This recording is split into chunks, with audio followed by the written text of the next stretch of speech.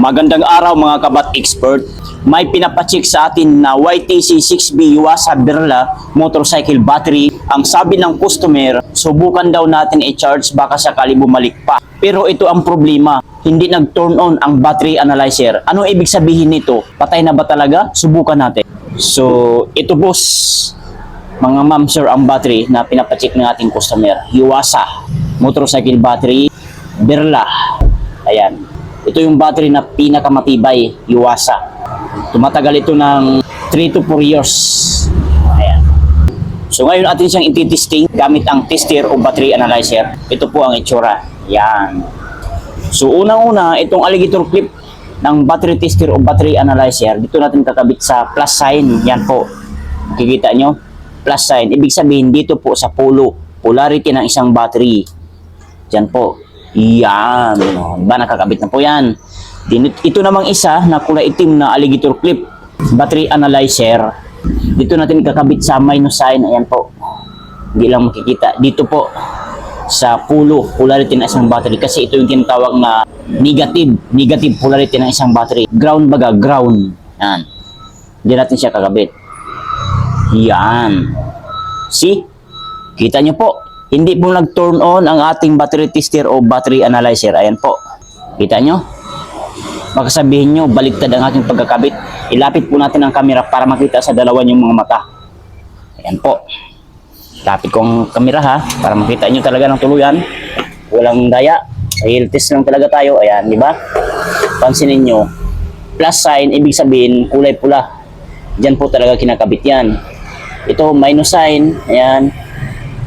Ibig sabihin, ang alligator clip ng battery tester o battery analyzer, dyan po talaga kinakabit yan. So, sana maliwanag. Kita nyo po, oh. Tutok na tutok sa camera yan para walang daya. Real test po talaga tayo, okay? Alright? Yan. Kita nyo na po. So, hindi nagtuturn on ng ating battery tester o battery analyzer. So, ibig sabihin, patay po ang battery nito. Walang ka-bulta-bultahe. Ayan po. So, pansin nyo naman, di ba? So mga boss, normally kapag may laman pa ang battery, kahit mababa ang voltage, magdi-display pa rin sa itaas, magtuturn on pa rin ito. Pero sa kasong ito, walang ilaw, walang reading, hindi nag-power on ang ating tester. Ayan po, hindi talaga siya. Diba? Kita nyo naman. O, diba? Kita nyo ha? Hindi nag-turn on talaga yan. Tama po ating pagkagabit. Walang mali po dyan sa pagkagabit natin. Right? So tanggalin na po natin. So next natin gagawin, i-charge natin siya sa ating battery charger. Ito po ay itsura. Yan. Charge natin siya dyan. Kuhanin natin ang alligator clip ng ating battery tester o battery analyzer.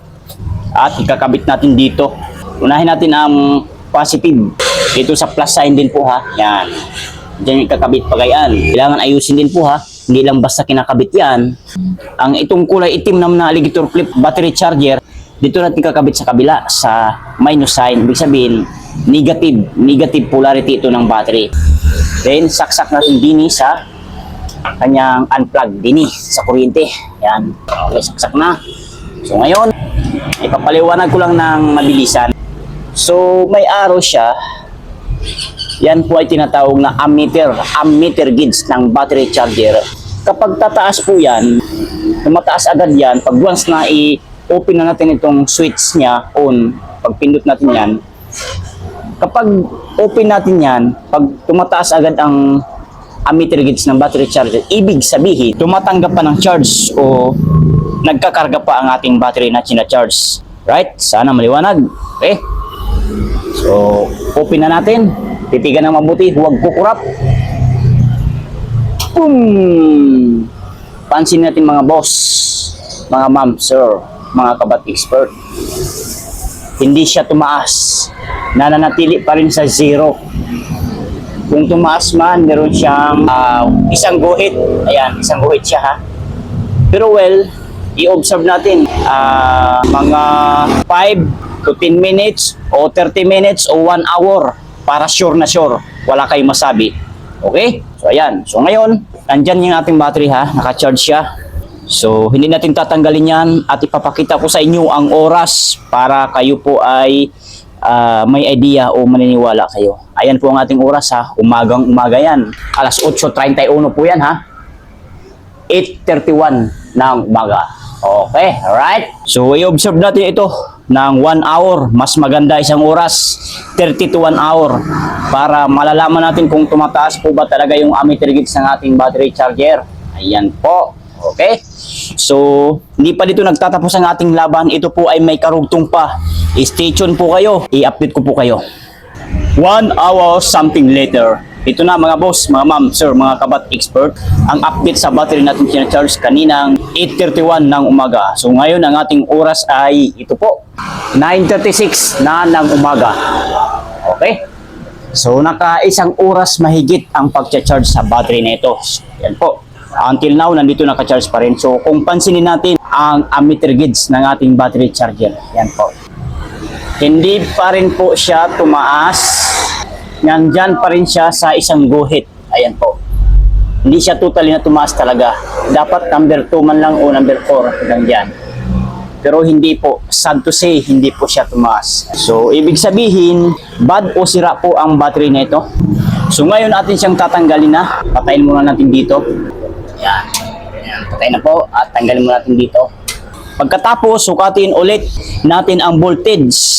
Kung umabot sa 12 volts pataas, may recovery. Kapag nasa 10 volts pababa pa rin, malaki ang chance na sira na.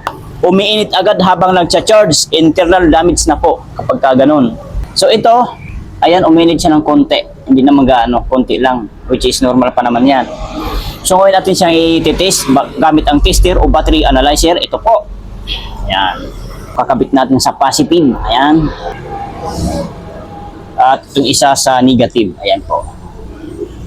Yan. So, pansin natin mga boss, mga ma'am, sir.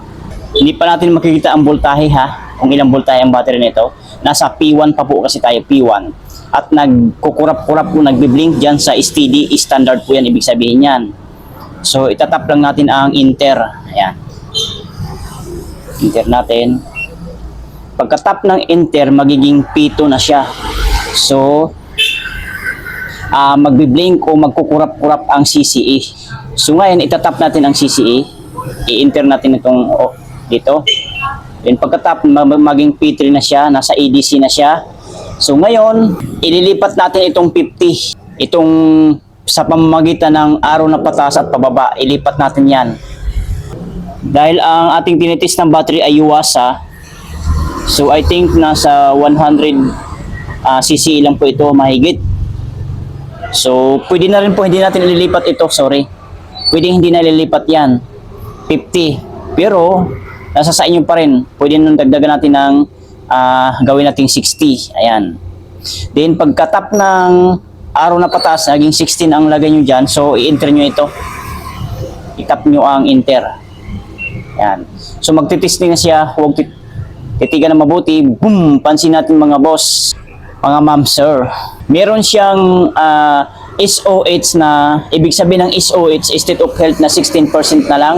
So ang nakalagay po dito ay replace. Ayan po, pansinin natin, replace. Tapos ang R, nagbiblink o nagkukurap-kurap sa IR. Ibig sabihin po ang IR ay internal resistance. 200 na lang po, 200 na po siya, 200 milliohm. So napakataas. Pag once na mataas ang resistance, automatic sira na po ang battery kapag gano'n. So ngayon, titingnan naman natin ang kanyang voltage baga, kung ilang voltahe ang battery nito. So ngayon, paano natin gagawin yan? Kung mapapansin natin itong araw ng pababa, itatap lang natin ito para bumaba yung nagbiblink yan sa IR. Bababa yan dito sa volt. Ibig sabihin voltage yan. Itap natin. Pansinin natin, nasa baba na siya, nagkukurap-kurap na. Ito na po ang kanyang voltahe, 8.4 volts. Ayan, pansinin natin ha. 8.4 volts, so wala na po, wala nang chance. Sira na po talaga ito. So ngayon, titingnan natin ang kanyang tinatawag na CCA. Ano ibig sabihin ng CCA? Cold cranking amps or cold cranking amperes. Dito natin makita sa baba. Itatap natin itong arrow pababa para lilipat itong nagbiblink o nagkukurap-kurap sa EDC. Tap natin, pansinin nyo. So ayan, pansin natin, ayan. EDC, so ibig sabihin 10 CCE na lang po siya. Ayan, o di ba? Napakababa. Oh, kita nyo naman siguro yan, no? 10cc na lang po siya. Ayan. So, sana maliwanag. Ayan po. So, screenshot nyo kung ano masasabi nyo dyan. Oh. So, tanggalin na natin. Mga kabat expert, tandaan, ang Birla valve regulated lead acid tulad ng YTC6B, ito po yon. Kapag na-discharge ng sobrang tagal, nagkakaroon ng sulfation. Kapag matagal na zero voltage, madalas hindi na ito nare-revive. So, conclusion mga boss, kung hindi talaga tumatanggap ng charge, mas practical na palitan na kaysa ipilit. Pero kung nag-recover kahit konti, pwede pa natin i-monitor at i-load test. Pero hindi na po talaga siya. At least nasa dapat 11 volts. Pwede pa po yun magagamit. Pero ito nasa 8 volts na lang, hindi na po, malabo na po. Kung may ganito rin kayong experience, comment lang sa baba. Huwag kalimutan mag-like, share at subscribe sa Bat Expert PH para mas marami pa tayong matulungan tungkol sa battery tips at testing.